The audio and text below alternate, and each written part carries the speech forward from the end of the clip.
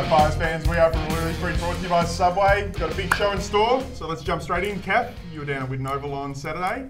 That beer keeping you nice and warm on a freezing day? No, mate, it didn't get the job done. As you said, it was a shocking day down at Witten Oval, and not much went right for us as a footy club either, apart from the first quarter. There was a few little highlights, and Levi Greenwood, as we can see, we know what he brings to the table. He's hard, attack, ferocious on the ball, and he played a reasonably good game. One of our few players to actually stand up. Wet conditions early, mate. We just needed to get the ball on the boot, particularly in the first 15 minutes of that game. We didn't really play the conditions really well in that first 15 minutes, but after that we controlled the last 15 minutes of that first quarter. Yeah, a couple of big goals there. So one from Seeds outside 50, and Benny Sinclair there after a good chase down tackle, and was able to go back and convert. And Paddy Carnese is probably our best player on the day, and kicked 3 first quarter goals. Yep, kicked 3 first quarter goals and kicked 4 goals for the first half, and most of those goals come from snaps. His impact at ground level and in the contest was really good. And that's probably where it all stopped for us. And Footscray really took over, especially in that last quarter. They kicked away. I think kicked 9 goals in the last quarter, and pretty disappointing finish, as you can see there by the scoreboard. Yeah, Paddy's 4 goals and was named best for us on the day. As you said, the Bulldogs really controlled from that second quarter onwards. Their ability to run the lines forward and back, the midfielders, and their whole team really outworked us from that point on. There are the ranking points, 9 in the elite category this week. I'll focus on Ben Kennedy, 96 points there, 8 clearances, 13 tackles. Great performance considering he travelled to Adelaide on the Thursday as a travelling emergency, so really bounced back well from that trip. So well done to Keno. Despite the loss, Sam Gaston has spent some quality time down at the Witten Oval this week. How's it going down there, Sam? Thanks for that, guys. Well, it cost $5 to sit in the grandstand here at Witten Oval, and I've forked out the cash, just putting in the hard yards for the show. Having a think about the loss that took place on Saturday afternoon, it was a 68-point victory to Footscray over the VFL Magpies, and after the match I caught up with Coach Dale Tapping. I thought Paul Seedsman was pretty good. Paddy Carnese worked pretty hard, and he ended up kicking 3 or 4 goals. So there was still individually positives to come out of it. I suppose as a team, and just the way that we want to play, as a footy club. Today for us was a disappointing effort, disappointing result.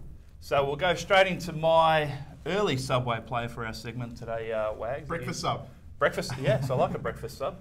We'll go, Sam Dwyer is my Subway player for this week. I know Paddy Carnese kicked 4 goals, but they were all in the first half. So Sam Dwyer was consistent throughout the whole day, played mainly forward, had 23 disposals, and used the ball quite effectively for the whole day.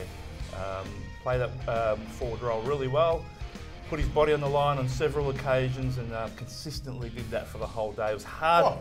It was really hard to find a guy this week, but Sammy Dwyer does it for me this week. Very consistent performer this year, hasn't he been?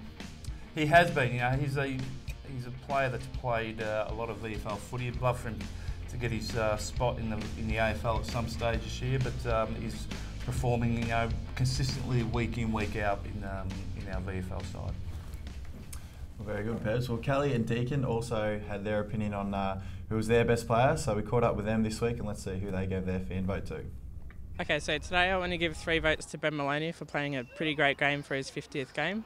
I'd like to give 2 votes to for Seedsman for playing really well. And 1 vote goes to Jonathon Marsh for playing very good in the back line. And just a quick one on Ben Maloney, played his 50th game on the weekend. Another great VFL banner. We're getting good at the old 50th game VFL banners, aren't we? Yeah, it's a real credit to Ben, who's been in the VFL system for a while now. He's contributed with the Werribee Football Club and now our football club. He's been a guy who's consistently played some good football for us. 39 games for us, 11 for his previous club. So fantastic result for Ben. Yeah, congratulations. Now it's time to turn our attention to our favourite segments, social media, and remember, don't forget to use the hashtag Lulie for your favourite VFL tweets. Today we have one from, don't know who it's from, Lisa, there it is. What is something interesting about Jonathon Marsh besides being awesome? Caff, I'll throw that one to you. Yeah, thanks, mate. Yeah, apart from being awesome, you might not pick it, but he's a big kid at heart. He loves collecting things. He's got a big collection of, I don't know if you guys are young enough to remember the show Pokemon. Pokemon? Yeah, he Yes. collects his Pokemon cards and Never watched it. DVDs and little figurines and stuff like that. Does he really? How do you know that? Well, went over at his house one day and all in his bedroom, he's just got them all around, all on the walls and stuff. So, Marky. yeah, feel free to get into him about that. Used to be more of a Turtles man myself from back in the day. That's true. Ninja Turtle, absolutely. Michelangelo, that was always good. What about Roadrunner? Oh yeah, beep beep. Beep, beep. Good at that. Cody. He never got caught though, Roadrunner. No, he's very speedy. Yeah. Now Pebs, ladder, Yeah. still hanging on in the 8. Yep. This ladder is quite tight, and you have to win games, as football is all about, winning games. But you have to win games to keep up top there with the others. So.